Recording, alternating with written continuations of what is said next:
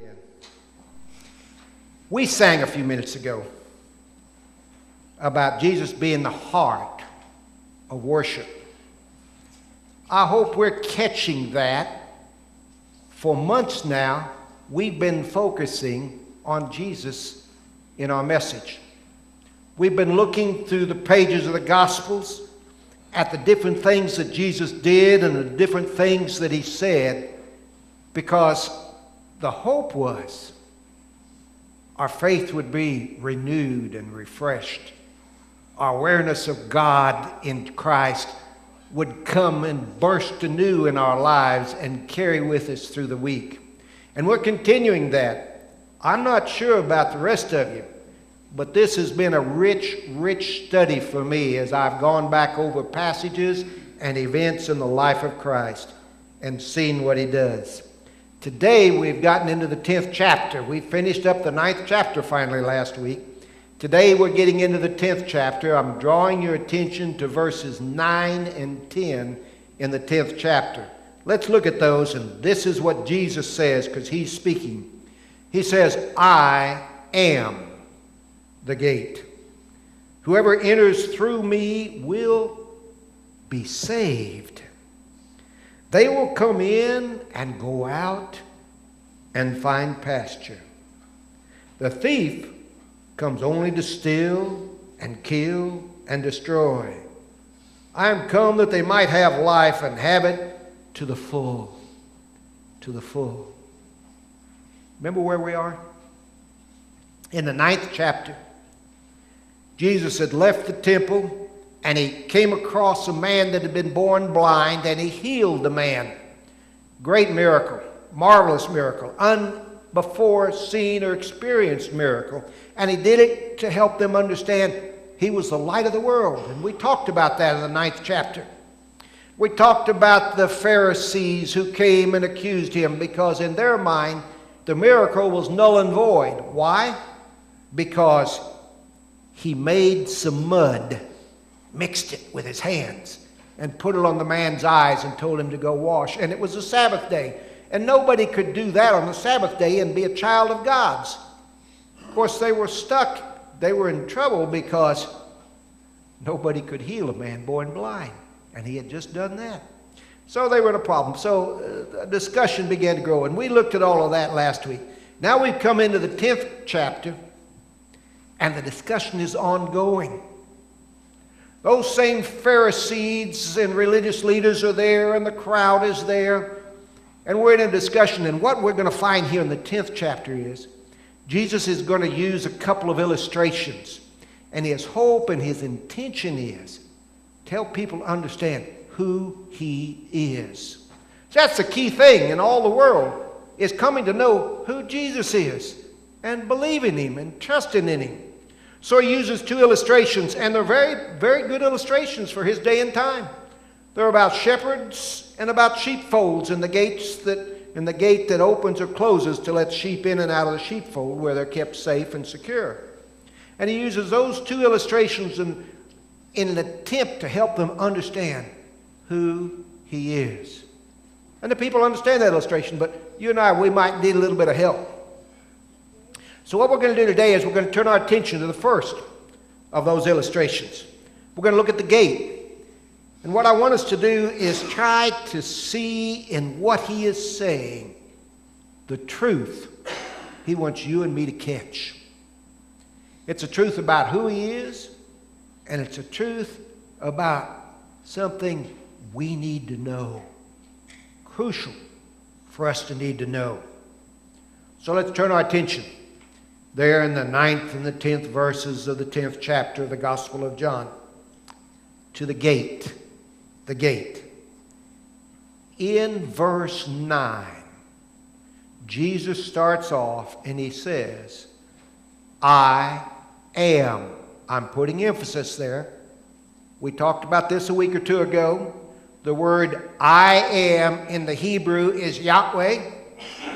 It's the name that God gave to Moses when Moses said, if they ask me who sent you, I don't know your name, God. What should I tell them? And God said, I am that I am.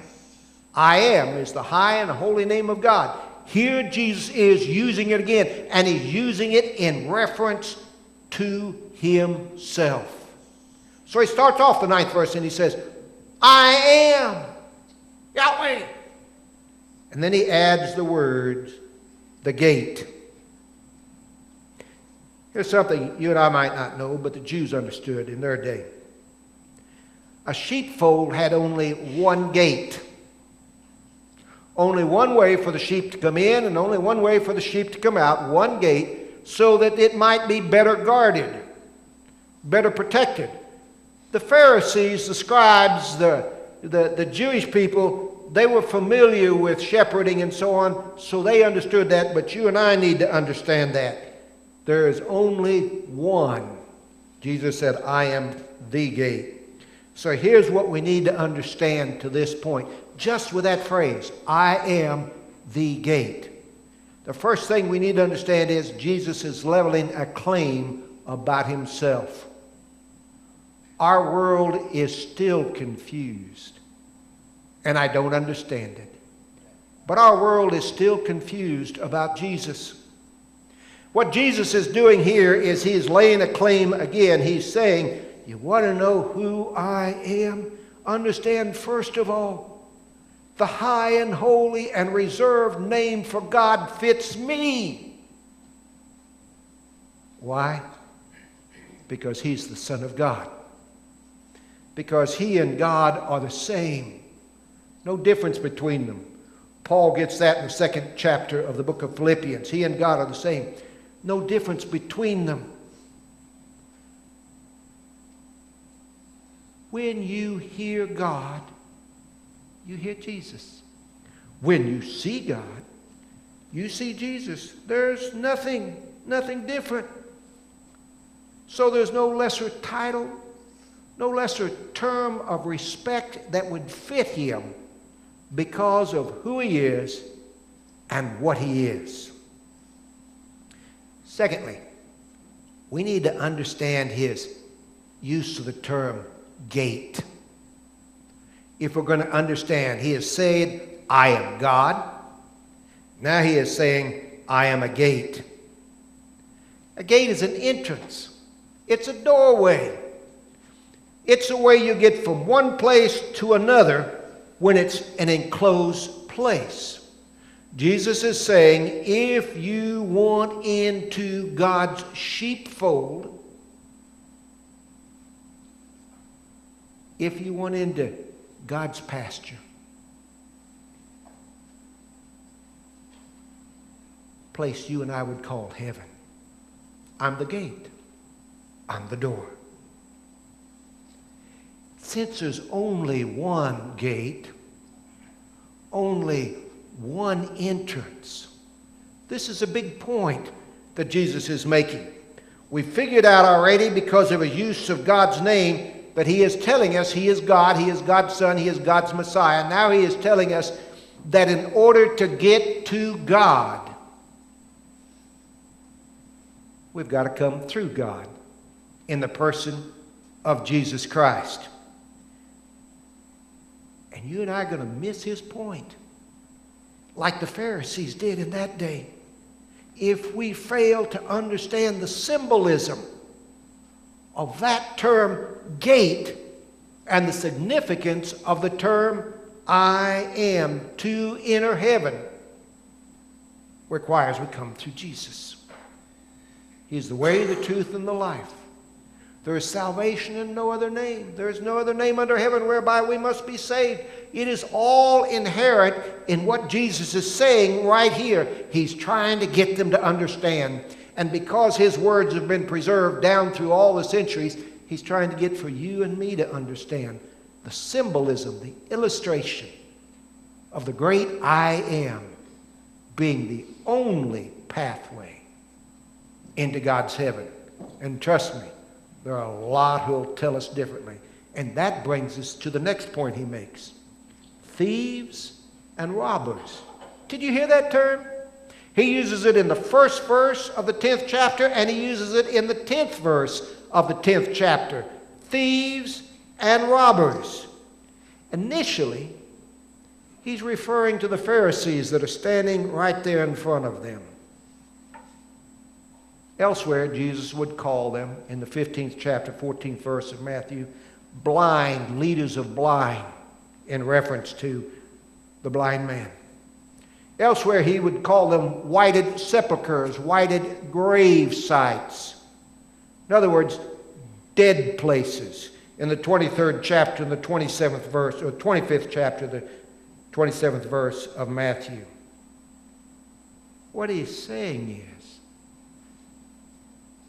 these are individuals, Pharisees, who claim to know the way to God. And they don't. And they don't. In essence, that's really what he's talking about. He's talking about not only the Pharisees, but he's talking about all others. Everyone in our world that would say, without knowing Jesus, that they're guides, that they can direct us to heaven. Men like the Pharisees in front of him. These men claimed to be the way to know God and to serve God. These are the same men that in the 9th chapter of the Gospel of John spoke to the man born blind who had been healed and tossed him out of the synagogue, the local place of worship, because he recognized, and told them he recognized, that his healing could only be an act of God through Jesus. And the Pharisees didn't like that because, as far as they were concerned, Jesus had broken one of their rules that they thought was necessary. He had done something on the Sabbath, and so that meant what he did couldn't be of God, but at the same time, they couldn't explain what he did, so rather than deal with it, they just threw the blind man out of the synagogue. There are those who attack people who've caught insight into God because they can't explain it and they don't like the message. Here's the truth. All around us are thieves and robbers. Individuals that Jesus calls thieves and robbers because they don't know him, but they claim to know the way to God. People like Joseph Smith, Muhammad, Buddha. We see them in the false messiahs that rise up all the time and draw great crowds to them for a short period of time. We see them in some of our Christian churches, men who serve and people who serve as pastors or teachers who don't know Jesus, but at the same time claim to be able to tell people how to get to God, how to enter into God's pasture, God's sheepfold. The question that comes to mind, at least to me, maybe to you, why does Jesus call them thieves and robbers? And the answer that comes is because of the results of such individuals, the results they have in other lives. Those who get caught up in thieves and robbers, their lives get destroyed. They get led astray. They get robbed of all that God would have for them to have, and eventually their life is lost because they've been led astray by those who rob them of the chance of a real faith and a real relationship with God. Jesus says to us, he is God, the gate. There are those in our world in his day and time and ever since then who would rob us of what the gate could offer to us because they don't know him. They don't know him. And then he goes on. Before we finish that 10th verse, that 10th verse is really one of my favorites. But let's understand something. It would be hard, for me at least, to end right there with thieves and robbers, because that's a downer. It's truth. We need to understand it, but it's kind of a downer. But Jesus doesn't end it there. He goes on and he adds one more thing. And if you've not caught it, I think it's a great promise. I quote it often. I want people to know about it. Jesus says in the 10th verse, I am come that you might have, are you listening? Gather in here. I am come that you might have life, and that you might have it abundantly. Now, I know you've read the NIV, which is what I use most of the time. And the NIV says that you might have life that's full. And that's sort of an acceptable translation of the Greek. But the King James used the word abundantly, and I want you to catch that word because it's speaking so much further. It says a life that is more than full is the life that Jesus wants to give us. The Greek word that is translated is perissos. And that word, the definition means something that goes far beyond what is necessary. To me, full sort of sounds like a little better than adequate. But perissos means abundant. It goes not just to what you need, not just to what is good, but it far exceeds expectations, far exceeds necessity. It isn't just full, it is flowing over. It's abundant. It's abundant. Our life in Christ eternally will overflow with blessings. I love that verse. You miss a joy if you don't catch that verse. If we come through the gate, which is Jesus, God, instead of through the thieves and the robbers that don't know Jesus and can't get us there through him, we come into a life that doesn't stop with being good. It becomes abundant. Here's something else. You miss some of the blessings he's promising. If you don't catch this, he's not just talking about eternity in heaven. That's going to be better than abundant. It's going to exceed expectations. It really will.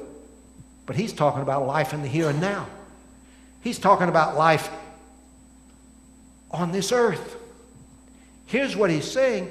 He's saying, if you come through him who is God and the gate that he is,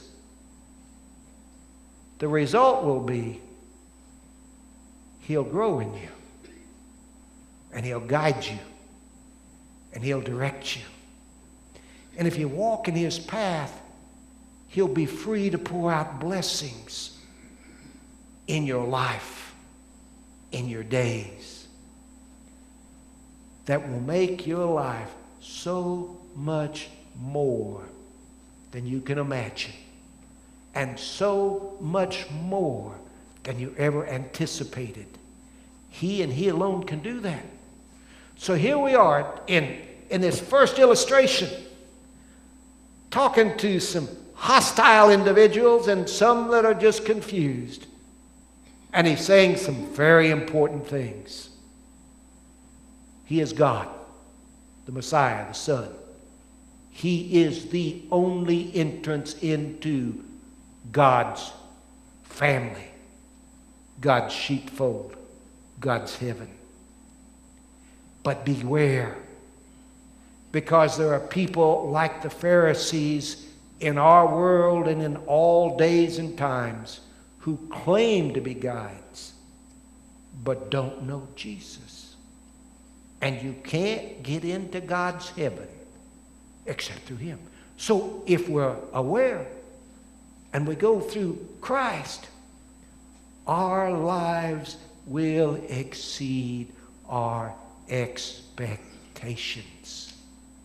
They won't just be full, they'll be abundant. Wow. And still there's confusion, and still there's people who don't know and don't understand. But you've heard it. The question is, have you listened? Most of the crowd didn't that day. Have you listened? What Jesus always offered requires acceptance. The blind man back in the 9th chapter said, Lord, I believe, and he worshiped Jesus. The Pharisees didn't. It's always a choice. It, on the surface, looks pretty simple. Abundant life, destroyed life, ruined opportunity, eternity without God. But people still struggle to make it.